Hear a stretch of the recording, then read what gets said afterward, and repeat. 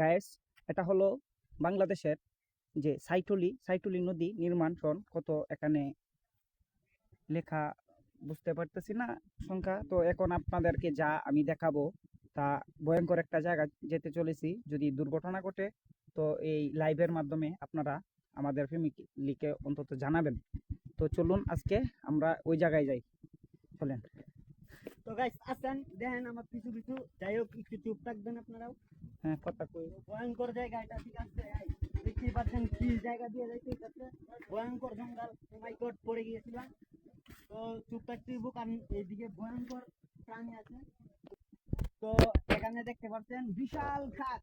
এই খাতে যদি পড়ে যাই তাহলে এমনও আছে 300-400 ফুট তলে যাইতে হইব। যাই হোক, এখান থেকে চুপচাপ চলে আসতে হবে আর ধীরে ধীরে আসতে হবে। তো আসেন আপনারা আমার কি ফলো করেন। তো কিছু একটা লইতে চাইছিলাম, লইতে পারি নাই, কারণ ভয়ঙ্কর কিছু আমাদের জন্য হয়তো সামনে অপেক্ষা করতেছে। যাই হোক, আপনারা আছেন, দেখতে আছেন আমরা ইন্ডিয়ার বাইরে চলে আসছি, মানে আমরা এখন বর্তমানে ইন্ডিয়া আছি।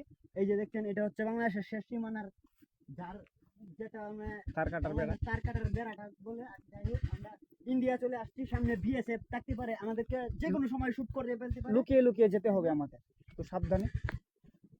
দেখেন গাইস, কত বিশাল সুন্দর সুন্দর প্রাণীদের লেদা, ঠিক আছে গাইস? কত সুন্দর সুন্দর নষ্ট আবর্জনার লেদা দিয়েছে। যাই হোক, তারা বীজ জুটেছে। আমরা যাই হোক চুপ থাকি, কারণ আমি ইতিমধ্যে সিংহের শব্দের মতো কিছু একটা শুনতে পেরেছি। আপনারা আসেন, ভয়ঙ্কর এই জায়গাতে যাই হোক না কেন আপনারা কখনোই আসতে চাইবেন না, কারণ আমি আছি এখন বাংলাদেশের শেষ সীমানায়। যেটা বলছেন মনে করেন। তো গাইস, এই যে দেখতে পাচ্ছেন, এটা হচ্ছে বাংলাদেশের শেষ সীমানার তার কাটার বেড়া, ঠিক আছে? ওই দিক দিয়ে যদি আমি চলে যাই তাহলে বাংলাদেশে চলে যাব, আর এই দিক দিয়ে মানে আমি আমার জীবনের রিস্ক নিয়ে আমি চলে আসছিলাম এই বর্তমানে ইন্ডিয়ায়, ঠিক আছে? ইন্ডিয়ায় গাইস, সামনে বিএসএফ এর